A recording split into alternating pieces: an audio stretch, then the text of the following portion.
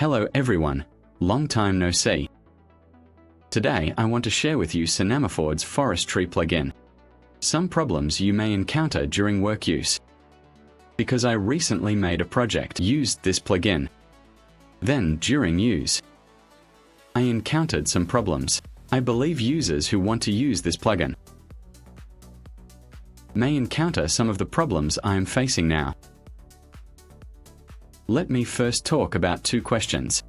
The first question is that we click Forestry to create a model object. Isn't there's something called wind power here? It has something called hybrid wind in it.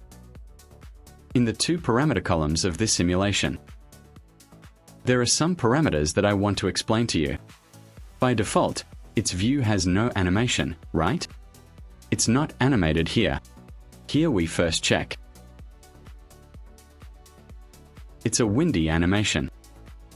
For example, our project is 200 frames. If we use Octane or some third-party rendering, I use the view preview to generate an animation to demonstrate to everyone.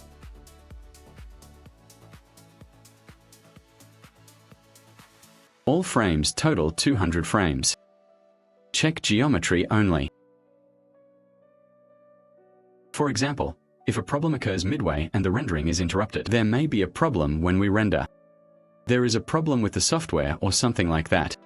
For example, the output is interrupted when it reaches frame 109. Rendering continues from frame 109. Right, keep rendering. Logically speaking, we can connect with each other. Right. We will import the material for inspection later.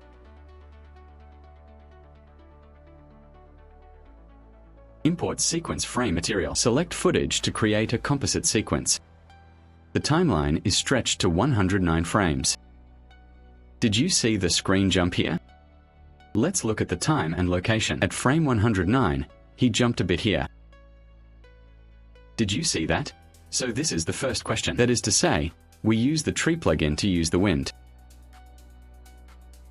Don't stop midway. It was interrupted midway. He will jump like this, right? How to solve the jumping problem? There is a simulation panel in the plugin.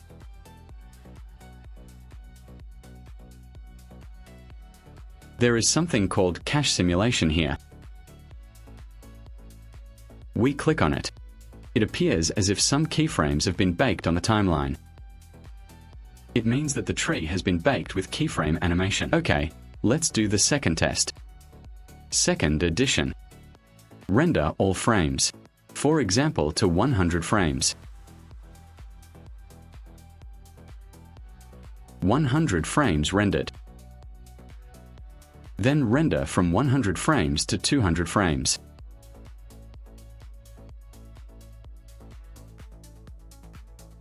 Continue rendering. OK, rendering ends.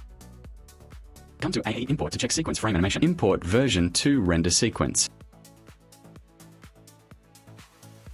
Doesn't it continue rendering from frame 100? Pull the timeline to 100 frames and take a look. 100, 101, 99. There will be no such jump in the middle. So that means, if you don't want your scene inside, trees appear to jump midway. Then you must remember, use caching in the plugin. It won't jump in the middle now. Okay. Just remember to cache it here. Remove cache. This is the first question. The second question is to say, inside, there is a circulating wind option here. Let's check it. Its loop lasts for 200 frames. Then frame 0 and frame 200 of the timeline are loop positions. Right. Play a little. Render and output it to version 3.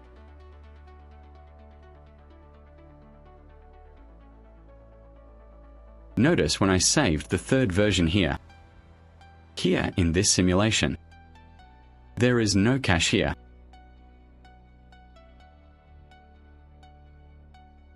The animation is also rendered. Let's import After Effects to check the animation. Let's see how it loops. Press play.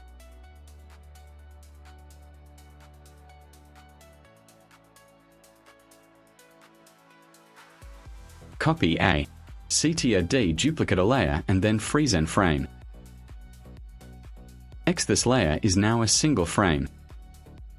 Move this single frame to the end of the timeline. Compare images. In fact, there is no complete cycle.